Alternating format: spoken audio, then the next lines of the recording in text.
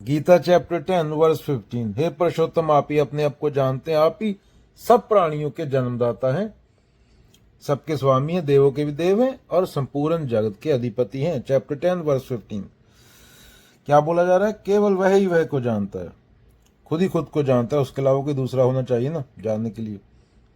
जब तक दूसरा है तब तक समस्या है। अगेन तुम उसे पढ़ नहीं सकते, समझ नहीं सकते, पकड़ नहीं सकते, वो बुद्धि की सीमा से परे है, जिसे शब्द बांध नहीं सकते, क्या जिसे शब्द बांध नहीं सकते और जिसका कोई अनुभव नहीं हो सकता। एक किताब को कोई दूसरा पढ़ सकता है, पर एक अग्नि को अग्नि ही जानती है।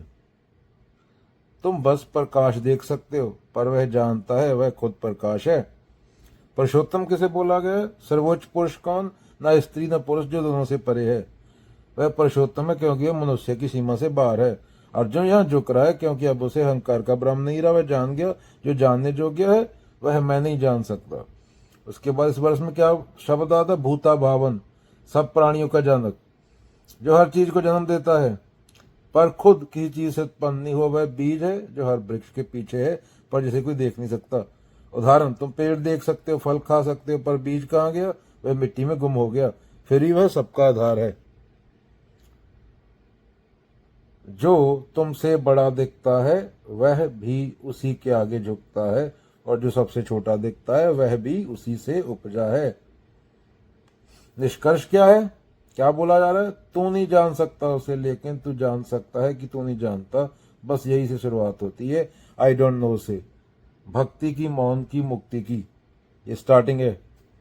अभी कल्पना करो, सागर को मान लो ब्रह्म सत्य, उस सागर में कई लहरें माने जीव उठ रही हैं।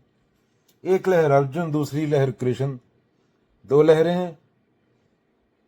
तो एक लहर अर्जुन, दूसरी लहर कृष्ण से कहती है, हे सागर, केवल तुम ही खुद को जानते हो, क्योंकि कृष्ण खुद को जान चुके हैं। कृष्ण जान गए कि वही सत्य है। जब वो गीता बोल रहे हैं वो सिर्फ शुद्ध चेतना है। यह कहने का मतलब ये नहीं कि सागर और लहर अलग अलग हैं, बल्कि लहर इस बात को स्वीकार कर रही है कि वह अपनी सीमित पहचान के कारण सागर की विशालता को पूरी तरह से नहीं जान सकती। जब लहर अपनी लहर रूपी पहचान छोड़कर, अर्जुन अपनी पहचान छोड़कर यह जान लेगा कि वह खुद ही सागर का एक हिस्सा है, तो उसे आत्मज्ञान हो जाता है। कृष्ण जान चुके, अर्जुन नहीं जाना। कृष्ण अर्जुन को वही लेवल पे लेके आना चाहते हैं।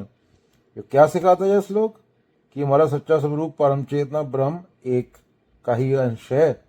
हम अपनी व्यक्तिगत पहचान, जिसे बोला गया अहम, ईगो, अहंकार को त्याग कर इस एकता का अनुभव करना चाहिए। यही सत्य का सार है, यही अद्वैत का सार है, यही मुक्ति है। यहाँ अहम ब्रह्मास्मि, मैं ही ब्रह्म हूं का उदय होता है।